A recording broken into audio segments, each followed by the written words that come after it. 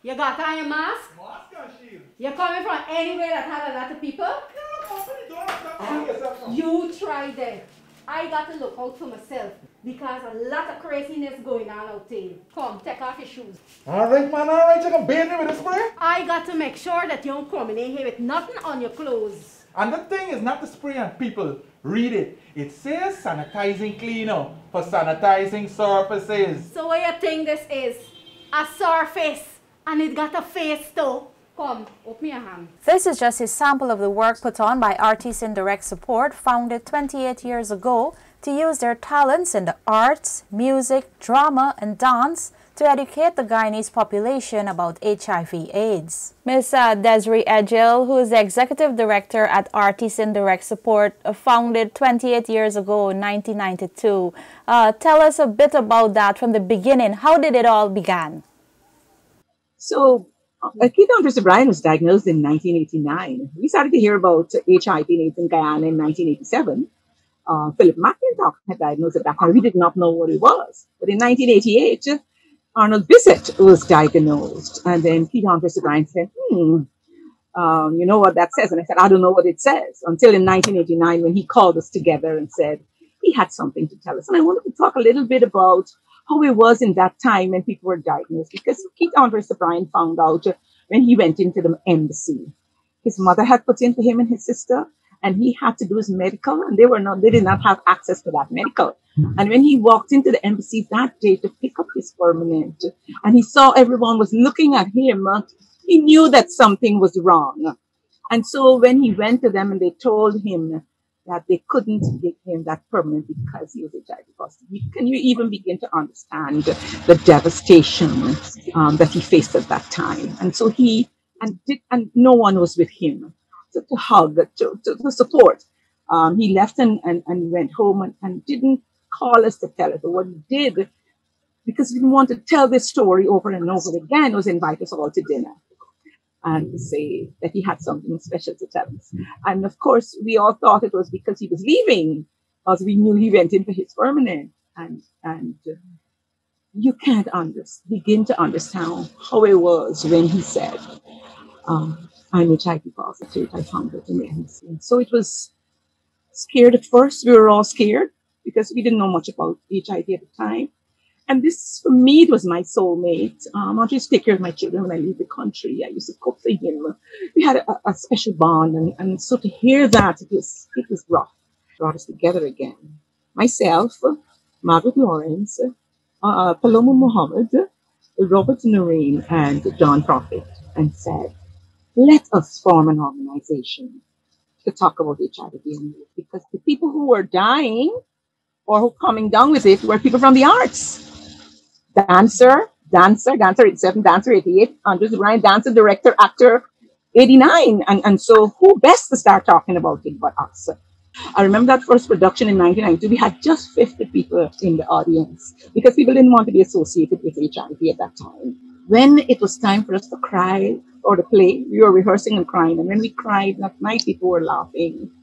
It was so difficult. But we rallied. We rallied from that 50. And I have to say, after 1992, every year on the 1st of December, we did a production. And every year we had an increase in audience. More and more people. Of course, we did other things like street theater. We ourselves were not educators. We were artists. And so we linked up with the Gum Clinic at the time. It's now the National Care and Treatment Center. We linked up with the Gum Clinic, got persons from there to come with us when we were doing our theater caravan around the country. And when we present, they would do the answering of the questions and share information. One of the first behavior change communication program that would lay a foundation for awareness campaigns on HIV/AIDS in Guyana was done by Andre Sobryan and Desiree Edghill, called Ready Body, Is It Really Ready? He worked on that project, the Guyana HIV/SCIU project, coined the theme, Ready Body, Is It Really Ready? To say, well, your body looks ready, but did you check to see if you don't have any infections or anything? And he coined it, he did the song and everything before he died. He was at the launching. That was an emotional moment for me because I had left him home because he couldn't walk well. And he got away from the person I left him with and came to the launch and said, I have to be here. I mean, this is my thing, you know. And the girl said to me, I couldn't stop him, Desiree. I remember him sitting at the front, and somebody came to him and said, this is for the VIPs. You need to. And he said, if I am not a VIP today, then no one else here is a VIP. And so they actually, and that was the last event which he went to. Desiree Edghill has since been the main creative thinker at Artists in Direct Support, providing communities across Guyana with thought-provoking plays to effect positive behavior changes that now cuts across HIV to other social ills of society such as domestic violence. Desiree Edghill is the recipient of the 2018 Medal of Service Award from the Government of Guyana for her contributions in various fields. She is also the recipient of the Commonwealth Points of Light Award, which is an award for persons who give sterling contributions to their country. She is the 124th person to be presented with this award by Queen Elizabeth. The award was presented earlier this year by then UK High Commissioner to Guyana, Greg Quinn. I know as an artist and as the main creative writer at Artists in Direct Support, you have to feel strongly all the emotions to be able to put pen on paper and to train your actors to depict your message and for you to effect positive behavior changes. So tell us about that role that you play at Artists in Direct Support, and you know what drives you as and especially how do you feel when you see that these performances and plays and everything is making an impact? Well, first of all, my drive came from Keith Andre Sobryan. Excuse me. Andre died in 19. He was diagnosed in 1989 and died in 2000. I cared for him until he died. When I was going to care for him, I didn't have any idea what caring for someone who was HIV positive. If he had educated himself, he used to travel a lot, he went to Africa, and he learned a lot. And he said to me, I'm going to help you through it. And I believed him because we loved each other like that. And so I cared for him until he died. And I was a bit I didn't want him to die. We had just started to get USA funding. We'd done all this work for free. And then when we were going to get this funding, we were hired as consultants, him and I, first before the organization was formed and got funded. And then he was going to die. And I said, but you can't die now. And he said, promise me that you're going to continue doing it. Honestly, Jennifer, I was fearful of stigma and discrimination. He used to call me the AIDS woman, something I didn't like. And I said, okay. And he said, no, look at me. He said, look at me and truthfully tell me that you're not going to give this up. Our country needs us. And I promised him. And that year when he died in 2000, he didn't write anything. And I said, you can't die. What are we going to do come December? I don't have anything. And he said, after all these years, you mean nothing has rubbed off? And I said, I don't know. I don't know to write. I'm not a writer. I'm an actress. I can direct. I can produce, but I'm not a writer. And he said, you don't even know that you are. And then one afternoon, about, I think it was a week or two before he died, he said, sit on this bed and let's discuss the plot. And so he told me what he wanted to write, what he had planned to write for that World AIDS Day. We discussed the story. He told me how he wanted it to begin. And he said, when you start to write it, you're going to know how you're going to end it. And so I wrote my first play, December 1, 2000, when he died in September of 2000. And the theme was about unfaithfulness. And that year I found out that my husband was being unfaithful to me. And I wrote our story. I wrote the fact that I trusted him. I wrote, I never expected he would be unfaithful. I wrote our story. So I was healing from his death. I was healing from the breaking up of my marriage while I was writing a play for World AIDS Day. And so I can never remove from World AIDS Day. I can never remove from writing. I have written everything since then, since 2000. This is 2020. I have written everything that we have done for World AIDS Day. Edghill has since been the backbone for RT's Indirect Support, which has about 7 staff and a board of directors. However, funding for the organization has been difficult this year. As we speak today, Jennifer, my staff is volunteering. I don't have any funding right now. I have sent out proposals. There are proposals out there, but you got to fight for that stuff and fight really hard. And so we were told that we would get some support. We were told we would get some support a couple of months ago. Then we were told we would get some support in November and December. And now we are that we get some support for December. We have not received any support this year, but it feels positive. I usually would get support from government through NAPS this year. Our new Minister of Health said, no, these things don't have an impact. I don't know where that came from because we've been doing this for years. And trust me, I know where we came from and I know the impact that it has. So when we put on a polo with a message, people come and read it and they say, what is that about? And so we get an opportunity to explain. And I know it has an impact. Now we have to wear masks. And so the mask is going to have that shared responsibility. So people can ask us, what does it mean? And we get to tell them what is shared responsibility.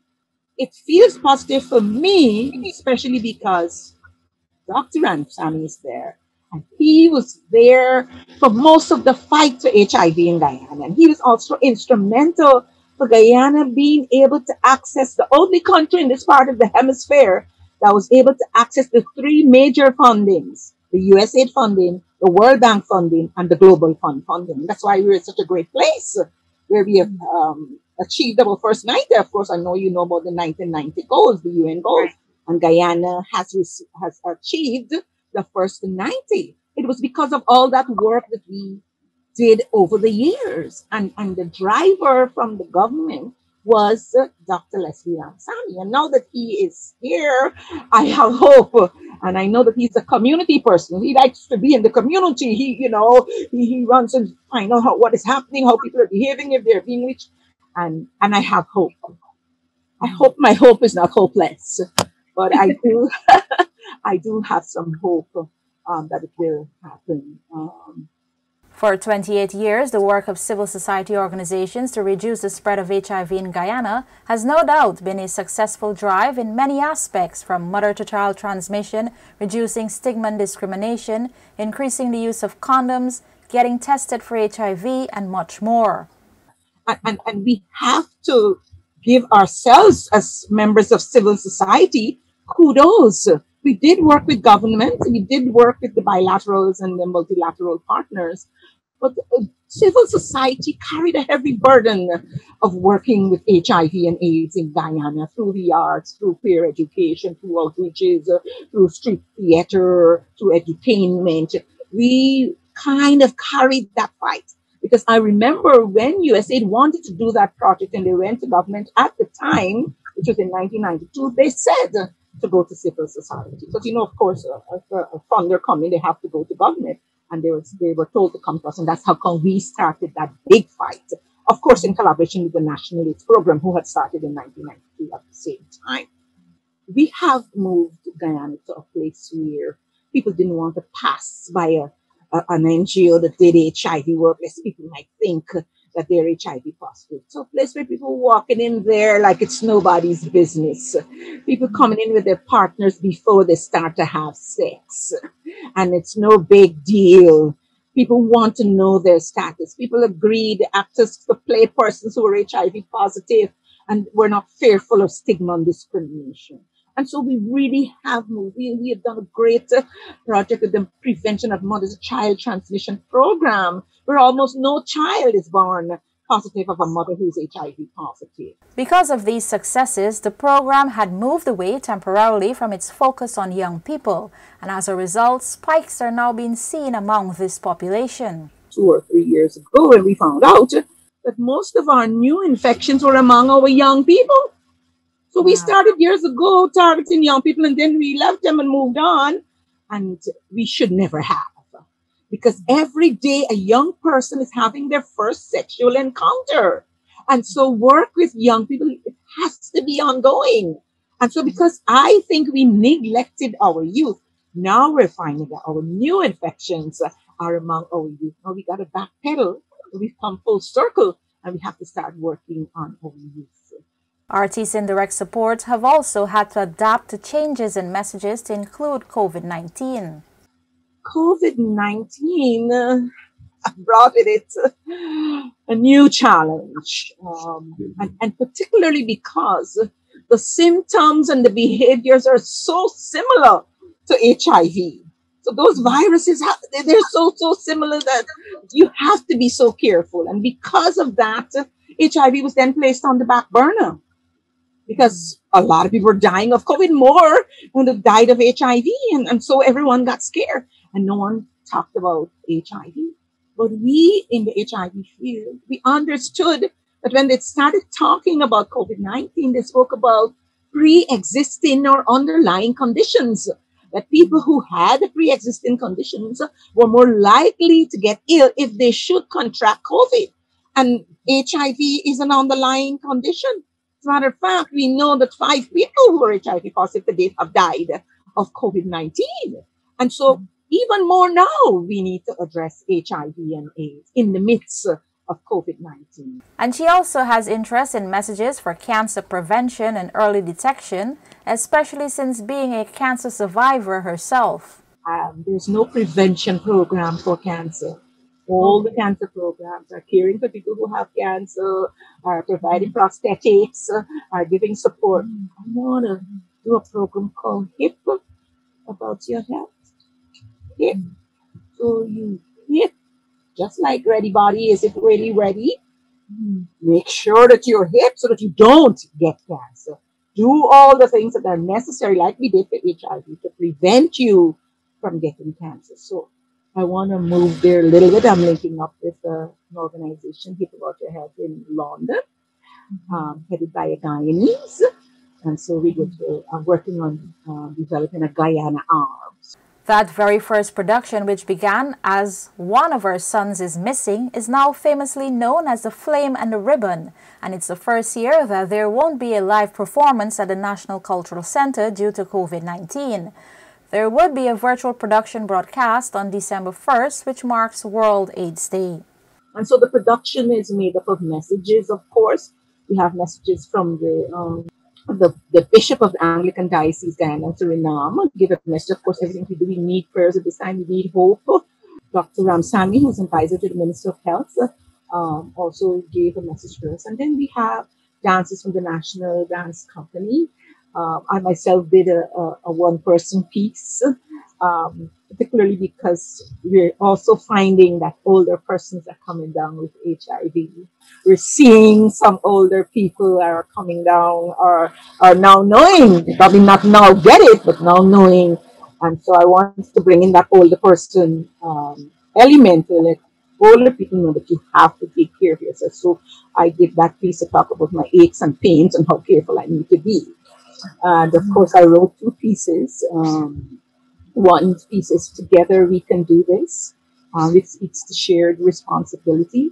And I wrote another piece called Don't Point Your Fingers. And that is, it's not about pointing at other people. It's about all of us working together to make it happen. And of course, we are going to do that candle lighting. We always do candle lighting where we light candles for those who have passed in memory, in the hope of a curing and supportive persons living with HIV. Yeah, so I mean, God is good that you're a cancer survivor. You're here, you're healthy, you're strong, and you're giving everything. Right now, you said no funding, so Guyana is really lucky to have you. You know, and someone of your caliber with all the expertise and the knowledge that you bring from the time, because your first diagnosis was in 1987, and then you actually was so close to someone who had the virus, contracted it in 1989. So you've been there practically from the beginning.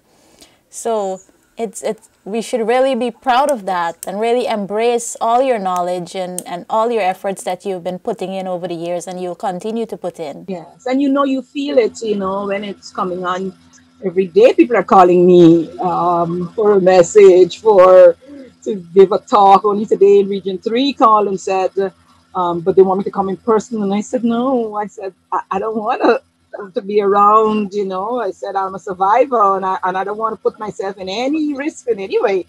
And so I said, but I can give you a skit so that you can show your presentation. She said, you would? I said, yes, I would. And so I sent one of my skits to her. So people, all the TV, the radio, of course, I'm going to do radio interviews via telephone. I'm going to be on a panel with the National AIDS program that's going to be online and that kind of thing. Because as Dr. Ramsamy said in his message, that I am the mother of the response. And so when this time comes around, people would always reach out to me because of my institutional memory. I have a wealth of knowledge and experience where HIV and AIDS is concerned. I have passed on most of what I know to the young people that I work with.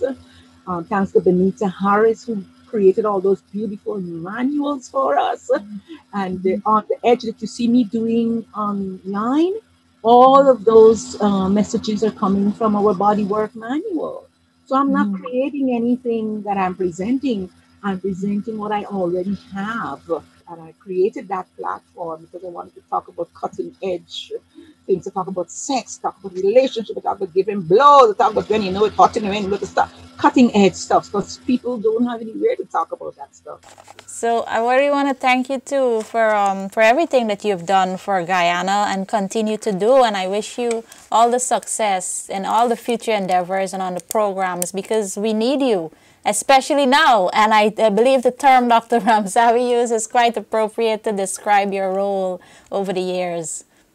And thank you as well. You were a part of that fight for some time yourself. You and I, our support for World AIDS Day, a lot of times it was you who ensured that we got that. So we want to thank you as well for your contribution that you made to HIV in Guyana while you were here. And look at you, still making the contributions now. Differently, of course, but still a contribution. So congratulations for what you're doing, Jennifer. I'm so proud of you. And to thank you so much. Continue to be safe. Yes, it means so much to me. Thank you. You're welcome. Make sure you take a look at the virtual broadcast of The Flame and the Ribbon. For the Guyanese Diaspora News, I'm Jennifer Jabbar.